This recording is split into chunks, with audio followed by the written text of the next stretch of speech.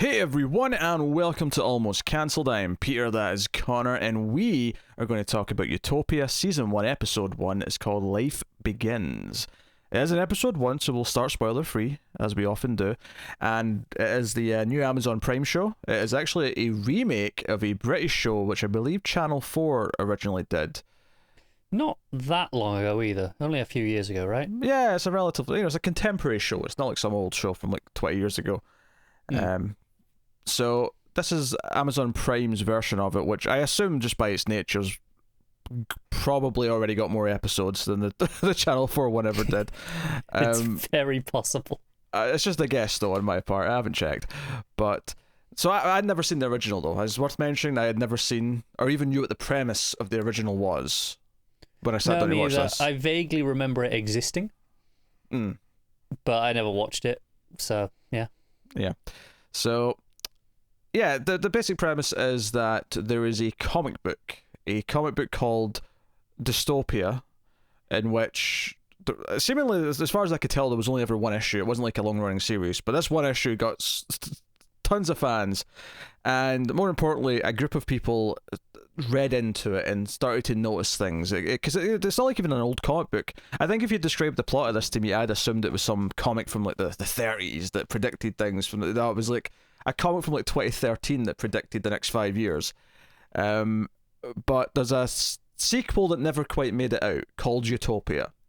And this random couple happened to find it in a new house that they've bought, or like their grandpa's house that they've inherited. I think it's like an uncle or something or other. And it's clearly a hoarder's house, and it's just full of absolute junk. But in the attic, they find the pages, the original like manuscript pages of this Utopia comic, and they decide to try and make some money off of it and put out an ad saying, "Hey, this next comic convention, we're going to be selling this off." And our main characters are a group of various individuals from around the country who come to try and buy it, who already know each other. They're all part of like an online chat or forum or whatever, like a fan group that have gotten to know each other online. And they want this because they believe that since the first comic predicted so many big things, that they can get predictions from this new comic to potentially try and help avoid some big catastrophes that might happen. And this all sounds like really serious. It's actually got quite a lighthearted, well, maybe not lighthearted, but it's more fun-spirited than it sounds, I think, when I describe it as that. There's more of a sense of humour to it than... Because the way I'm... It's not bleak. Yeah, the way I'm saying it, it makes it sound like it's like some sort of weird Dan Brown like adaptation. No, it's more of a black comedy. I don't know if I'd go that far either, but there is black comedy elements. It's closer though than like you say, the Dan Brown stuff. So you've got their main characters, but there's also some villains who are also trying to hunt it down as well. And this first episode makes mostly a point of setting up the premise and setting up a fair amount of the main characters, although not all of them, notably. There's a few main cast members who aren't in this first episode. Rainn Wilson, for example, who's credited but it does not appear. So that is the basic gist of it. What did you think of it? Oh, and John Cusack's the other one. He's a big name, but who's also not in this first episode. So what did you think of episode 1 of Utopia? It's not bad, but I'm going to get this out of the way right now. I think this hit at a really bad time, at which I do not have the capacity to deal with some of the themes that it's playing with in the present real-world situation. There is a lot of talk of pandemics and virus outbreaks. There's a lot of predicting viruses and, reacting to that, and I'm like, yeah, I don't know if that's the escapism I need right now. It's not ideal. Yeah, I don't care. I really couldn't give a shit. What I would say about it is that it does make it feel oddly already out of date, just because it happened to come out in 2020. Like, yeah, if this had been a year ago. Yeah, if this was a year ago, whatever. But because we're living in 2020 and the pandemic that's going on, this already feels oddly out of date that they're not talking about this, because they mention other real viruses. They mention, Ebola. They mention other things that have happened in the last decade. But it's like this is happening, and there's no mention of it. It makes it feel so divorced from reality, which isn't in itself a problem. But because everything it wants to be grounded in reality and have this one element that's unique, right? With the comic predicting these things, but everything else is like, no, this is the real world. It kind of loses that feeling when, sorry, you're too late. I think that's slightly off. I don't know if I necessarily wants to be in the real world. The tone of this does not feel like it's going for grounded realism to me. Like I say, it's got like a kind of sense of humor to it, and the villains especially are very offbeat. The villains feel like they come out of a Coen movie. I was going to say more Tarantino, but I could see the Coen comparison as well, which probably gives everyone listening to this a sense of what they're like. I mean, those two things aren't a million miles apart, are they? So that gives you maybe a sense of the sort of humour that the villains kind of have, and that they're kind of offbeat villains. They're not big and scary. They're more mundane, but kind of amusing in their mundanity as they do their villainous things. I quite liked this first episode, actually. I was surprised because I watched this and. Bless you. Always comes in twos. No, well, you only get one. Bless you. I'm sorry. That's fine. Wasn't waiting on it. But I wasn't. The opening scene wasn't necessarily setting me because the opening scene is the couple finding the comic book, and they weren't that great. They were just okay at best. I was very worried in that first scene. Right. And don't get me wrong, the episode is better than that, but it did have me worried at the start. Yeah, they're basically just here for this first episode because they're here to set up the plot. They're not obviously not characters that are running forward. Once we're introduced to the rest of the characters, because this is the thing, it cut to the first one we meet is Jessica Roth's character, who is the actress in Happy Death Day. So I already liked her anyway. I came into this like, hey, I like her. But we get her, we get the others, we get Becca, we get Ian and Wilson. And one of the things that I'll say that I think this episode achieves very well is that by the end of its hour, or well, it was 50 minutes, I think, but the end of its 50 minutes, is that I felt these four main characters and the two villains were all incredibly well defined. Where I came out of it going, I remember all of them very distinctly. Maybe not all their names, because names are names, but I came out feeling like I know everyone's quirk, I know their personality, I know how they play off of each other. I agree. There's even a scene where they talk about, it kind of not exchange secrets, but kind of have like, something revealed about them all. That again just adds an extra thing. It's like, okay, this is that person, and it's like, it's just adding to these things. Yeah, so they all come to this comic book convention and they're hoping that they'll collectively be able to bid on this comic because everyone's just giving in bids one by one when they get to meet the people who are selling This is a bizarre system for an auction. Yeah, because typically you'd want to see the other bids so you could outbid them. If anything, it's blind bids. It's blind bids, yeah. But I would assume that you would make more money if someone knew because if they can afford to go higher, but they're thinking, oh, maybe no one else has actually went that high. I guess the speculation is you want to. You don't want to risk someone having put in a reasonably high bid, so you want to overshoot it by quite a bit to make sure you get it. I suppose that's the opposite. Yeah, idea. Yeah. But I don't know. Not sure if it really works. Getting them all in the room and getting a bidding war going also feels like a pretty effective. That feels more fun as well. Feels more fun. Feels more effective.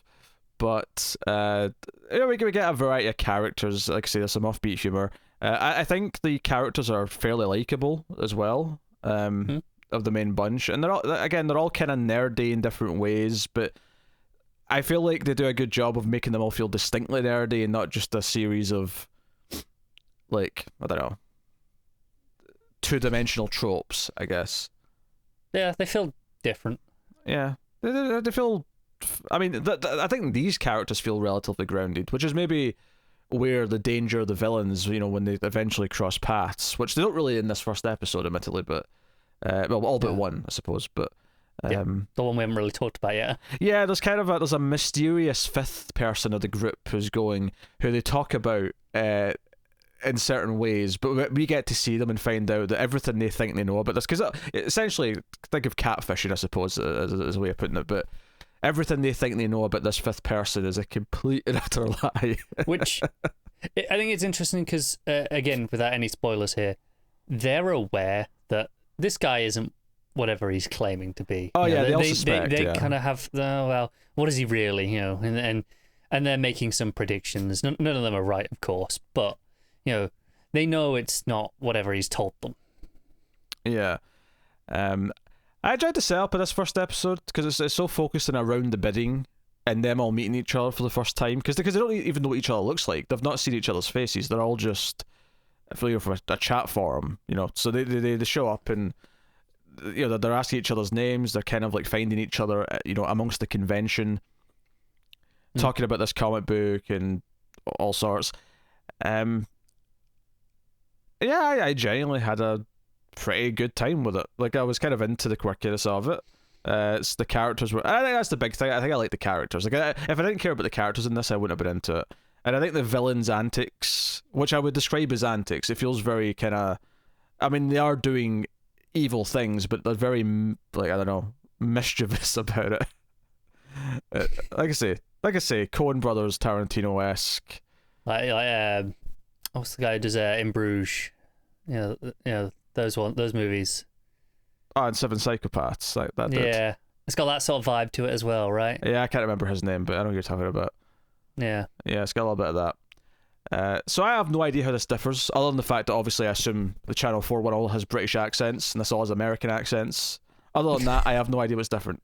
Yeah, me either. But one would imagine that is the case. I assume it's like, I mean, for all I know, the British one's set in Denmark. I have no idea. But it wouldn't be the first time. But no, I had a good time with it. I find. Do you know what I think I'm finding? I'm finding that Amazon's originals, I'm finding that they tend not to have like Netflix have some great originals, but there's a lot of in the middle of the road Netflix originals that all feel the exact same. Like, you can watch it and go, that felt like just a dull Netflix show.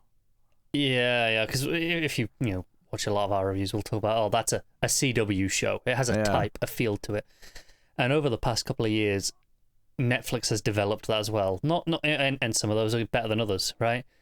But there's a point where, probably like 70, 75, maybe 80% of Netflix's content or TV shows that they put out, we can go, yeah, it's a Netflix show. Yeah. And a lot of them are kind of dull, and that's become kind of part and parcel. I feel like Amazon shows, at least recently, have had, maybe it's just because I'm trying the right ones, maybe because I'm not trying all of them, but the ones that we've been trying, I feel like for the most part, they've had a bit of their own spark. I agree with that, yeah. And I think even if we haven't liked all of them, they've felt different. Yeah, and I feel like this one continues that trend. And obviously The Boys is on right now, but that's weekly in comparison to this. Whereas this is I think 8 episodes are all up at once. So no, this one it's like not a bad episode. Unless I mostly enjoyed it, but I can't divorce myself from reality right now and watch a show about conspiracy theories about viruses and pandemics. It's too distracting for me. I can't get over it. So you say you don't want to watch more of this? Yeah, unfortunately. If this had been last year, I'd have been like, yeah, sure. But I just can't do that, and I know that's frustrating to hear for a lot of people, I'm sure, but just right now, that is the last thing I need in the world is more of that. And I don't think I'm going to be the only one who feels that way, to be honest with you, with this show. Maybe. I don't know. This is a TV show. It's just completely separate to life for me. It doesn't even. And that's great. It doesn't even factor in. I had a chuckle when they first brought it up at the start. I said, "Oh, that feels oddly out of date now." And then that was it. That was the last time. If it had been just like that one little mention of it, I'd get it. But it's such a driving motivation for multiple characters. It's kind of like the whole thing is what the aim of. Potentially the aim of the show is to do with this, and yeah, I just don't have the capacity to deal with that on a mental level right now. Like I genuinely just think it would be like literally bad for my mental health to engage in this. Okay. Yeah, which is really frustrating because it's not a bad episode of TV. It's like I say, it's got some quirkiness, and the villains in particular are quite fun to watch, I think. And the characters are pretty solid. Okay. Well, we should probably get into spoilers and talk about other stuff then. I think I'm going to keep watching it though, so you could probably expect more reviews coming from me over the next couple of weeks. It's only 8 episodes, so it shouldn't take too long. Admittedly, this is a horrible time for it because I'll also be soloing The Haunting of Bly Manor, which is coming early in October, so hopefully I'll gotten through most Is of that this by then. early in October? I thought it was like mid-October, but maybe I'm just obviously misremembering. I think it's early in the month. I'm pretty sure it's single digits. So Oh, okay, we'll see. fair enough. I thought it was like teens or something. But yeah, so spoilers then for the rest of episode 1 of Utopia from henceforth. So the big sort of hook at the end of it, we'll talk about the plot, but the big hook at the end of the episode is that the character in the comic books, Jessica Hyde, who we see people cosplaying as, we get a sort of sense of what the story of the comic is throughout the episode. It's explained to us that Jessica Hyde and there's this evil bunny and all this stuff. But at the end of the episode, this character, the actress who I recognise from the newest Hellboy movie, of all things, she shows up at the end, and she's there in the aftermath of some of the villain stuff. The people who were selling the comic, the villains just sort of like convince them that they're giving them a sedative to put them to sleep, but they actually just poison and kill them all. And Naturally, the woman of the couple of the pair who was selling the comic is just still slightly alive, just clinging on for dear life, going, "Help me, who are you?" And this new person who I've not seen all episodes just says, "I'm Jessica Hyde," and that's what kicks us into the. So it's one thing we often talk about with episode 1 is what's that extra hook at the end of the first episode that's like, okay, we've been setting up all these things throughout, but what's that curveball at the end that says, hey, there's this whole other layer to it. And here that layer is that Jessica Hyde in the comic is at least based on a real person, or maybe it's more than that, maybe it's more supernatural than that, but at the very least there's that. Yeah, it's a whole new element that it throws in right at the end, which again is something that I do appreciate, because not enough shows are brave enough to do that, I guess, anymore. Yeah, because I think what I liked about the four main characters, the four nerds who go, is that I mean, Sam's quite passionate about our climate change and about trying to solve crisis and try to change the world, and wants to do something preemptively rather than just trying to clean up after the fact.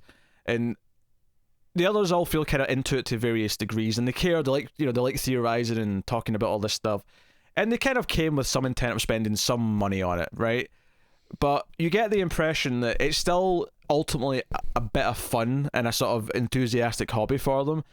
You don't get the impression that they're actually prepared mentally or otherwise for the fact that there's assassins trying to kill everyone who is even glimpsed this comic book. Yeah, which I actually thought was a really stylishly directed sequence.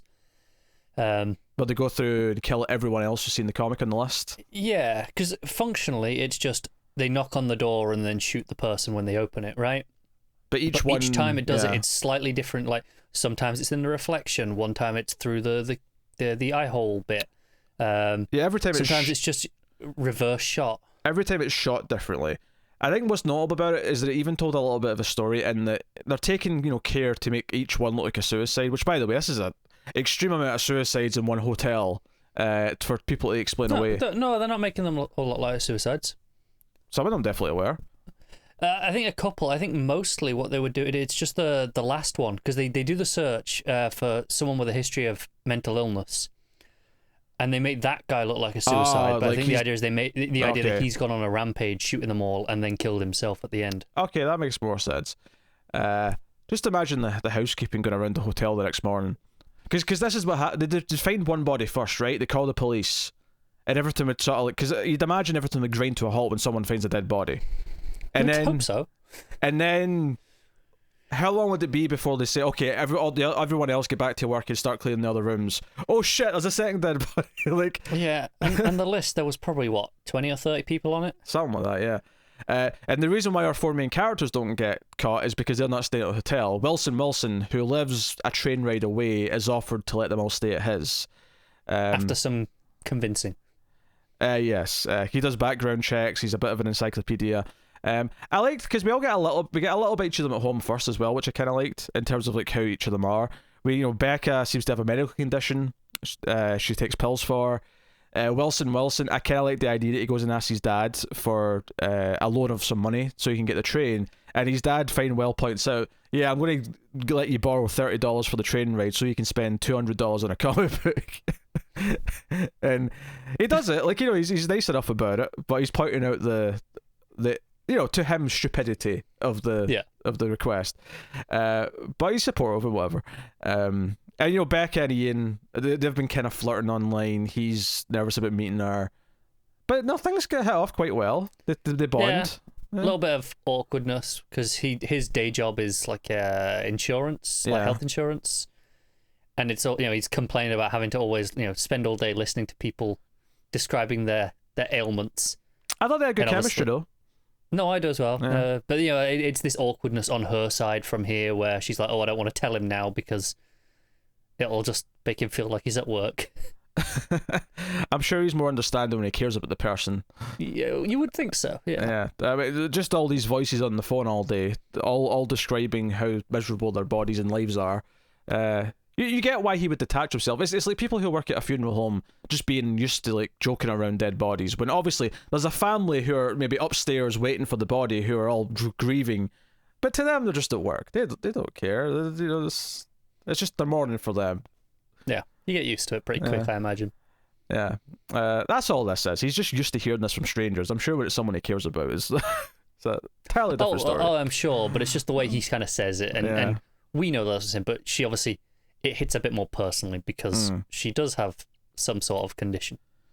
So yeah, they all get to see a page or whatever, and then they convince him to let them go home with him, and they stay with him. As the villains go around, because the villains were introduced too early. Because at first, I was thinking, are these two more of the nerds? Because we weren't really sure how many were in the group, but they're arriving a little bit later than everyone else. The tone's a little bit different, and then they start killing people who have seen the pages, and then of course the fifth mysterious member, the one who is apparently rich and says he's coming in his Porsche or whatever he said, is actually a kid who's running away from home. Like a 10-year-old kid or something like that. Yeah, he's really young, which I appreciated because he finds out from the people who sold the comic. He sort of like says, "Oh, I wanted to just come see it." He puts on the sad puppy face, and the woman's like, "Oh, well, this is the guy who bought it is in the penthouse. You could probably, maybe he'll let you see it. He owns it now." And the kid blags his way into the room by going to the desk and claiming that his father's in there, and because he's heard the name of the person, he's able to give the name, and it's just enough to you could almost buy that the woman might just go along with it. Yeah, he goes the extra mile as well with his ruse, because it is a ruse. That's the word I'm going to use here. Yeah, he doesn't have like proper ID on him, but he goes and gets like a name tag from one of the other like vendors, like the kids section, basically. So the idea, the idea that he's made a badge with this name on it. It's not official, but it's enough for her to go, "Oh, this is your name from over." Okay, all right, you know what? It's like, why would a kid be lying about this, right? Yeah, actually, a little touch that I liked is he didn't actually tell her name first. She just knows what the last name is supposed to be. So the fact that he never mentioned his first name before, it almost makes it feel a little bit more natural. Like he didn't, emphasize it like 3 times. It was just like, yeah. She says, okay, what's the name that it's under? Yeah. Because, obviously that's the first check you do. He repeats it because he learned it from the couple selling. And then, so we do usually ask for ID. And he hasn't mentioned his name at this point. It's just his dad. And then, he pulls out this, self-made ID card with his name written on it that he's just happened to write with the surname of this guy. Yeah. And it's worth mentioning, he's got kind of like tears in his eyes the whole time as he's doing this. Like he's being the upset kid. Yeah, he's playing this as he's lost his key card, and his dad will be angry if he knows, sort of thing. Yeah.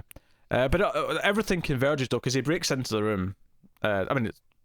Breaking in the sense that he's not supposed to be there. Obviously, he's got a key card. He just walks in.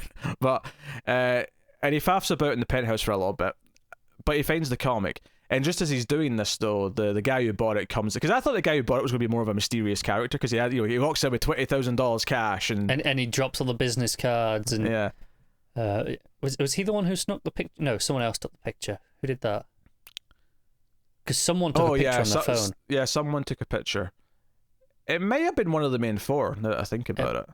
Maybe. It's weird that they didn't mention it to the others, though. Hey, I got a picture. Yeah, I'll probably come up with yeah, but it definitely, episodes. There's... I think it'll probably come up in terms of with the assassins. There's photographic evidence of this comic now. Yeah. But the assassins have also found out that this guy bought it. So they show up. So we get this I think a pretty effective scene where the kid, no one knows he's there, but he's hiding behind the bed. And he's actually witnessing this murder in this... Yeah, because they kill the woman that the guys brought back to his room first. Yeah. So the whole thing plays out like really well, and then the kid obviously bolts it at some point, and they see him run away, so they know there's someone to chase, but they don't find him. They don't find the other 4 people on the list, which are our main characters, and presumably they're all going to converge, and we'll see kind of what's behind this. Who are they working for? Because clearly they're trying to kill anyone who's seen any pages from this. That's how much they like whoever pays them, or because it feels like they're just doing a job rather than because they devoutly believe in what they're doing. Definitely, and whoever they're working for has resources, because they're like, yeah, okay, can we get a check on the history of mental illness, or anyone who's staying here. Yeah. So it's someone with the ability to check these things. That's not just anyone. Yeah, I actually don't know how the episode or how the show is supposed to, like, I don't know what the episode to episode like sort of plot and location that this show is like, because it's clearly not going to be at the convention for the rest of it, because the convention's going to be over. So yeah, I can't see it being at the Wilson house. So I mean maybe a little bit, but not like all significant sections of it. Yeah, like, are they on the run? Did they get captured and taken somewhere? Which would be weird because they've just been straight up killing everyone else. Yeah. Unless there's a reason why they can't. There's something changes and they're not supposed to kill them. I have to imagine Grant needs to meet up with them. Yeah. They'll be trying to decipher the comic while being on the run from those coming after them. Kind of a combination of those things, maybe. Yeah. Yeah. Well, but I enjoyed all this stuff though. I thought like you say, the style of all the kill scenes, the offbeat humor, and then I think the main 4 being very likable, and even the kid to an extent. Although the kid doesn't really interact with a lot of people, but he's smart. He's got a ruse, and he's the one who gets away with the comic, so he's at least quite capable. He's got resources, maybe not money resources kind of thing, but he's got street smarts. He's got street smarts. He's got the wit and the slyness to him. Yeah. He's a kid. Kids be smart. Interestingly, this show is actually ran by the writer of Gone Girl, of all things. Huh. Yeah. I did not know that. Yeah. She also worked on Widows, that movie by Steve McQueen. You liked that a lot more than I did. I did, yeah. I mean, it was alright. Wasn't bad. Yeah. And also was one of the writers on Sharp Objects on HBO, which I also saw, which was quite good actually. So, I'm speaking, of course, of Gillian Flynn. Yeah. But, I have to say though, yes. Gone Girl is still the best of her credits there, by quite a significant margin. I mean, that's fair. I mean, maybe I'll change my mind when I've seen the whole thing, but David Fincher did direct that one though, so it's a bit of an it's unfair. I mean, to be fair, Widows isn't like slacking in the directorial department. That's true. If I might like Shame more than I like any Fincher movie, so that's actually a fair point. But the point is she's had some great directors, direct some of her scripts. Absolutely, yeah. So it's just worth mentioning. But yeah, so no, but the reason, like, because John Cusack's listed as Dr. Kevin Christie. And maybe it's irrelevant that he's a doctor, but I don't know. I'm wondering if like they end up at a hospital or something with that. It could be. I mean, it's hard to say. It depends on which side of the plot he's on. Like, is he part of the organization? True. Yeah. Yeah. They could definitely have doctors for them. Who knows? Yeah. Then who knows? Rainn Wilson's got to be a villain, right? I'd put like 90% of my money on he's being a villain. Especially if he's got the big beard that he's had recently. That's a very villainous beard. Yeah, I can see it. Yeah. So no, I could follow with this. I like the characters a lot, and the mystery's kind of fun. I have no idea how it's going to resolve, and no, I would actually recommend it to most people if you're into the sorts of things we described. If you have the mental capacity for it right now, which maybe you do, maybe you don't. Who knows? Yeah. So I will be back with episode 2 at some point in the next couple of days. So we'll look forward to that. I will see you then. But let us know what you thought of the first episode of Utopia. in the comments below. Like and subscribe, all that stuff. Get us on the Twitters at mail_fuzz for channel updates. If you'd like to support the show and everything we do, hit the like button, of course, on YouTube. But you can also support us over at patreon.com/mailfuzztv for as little as $1 per month and get some bonuses for your trouble. But otherwise, that is us. So thank you once again for watching or listening. We always appreciate it. Keep watching TV, guys. Have you got any vanilla?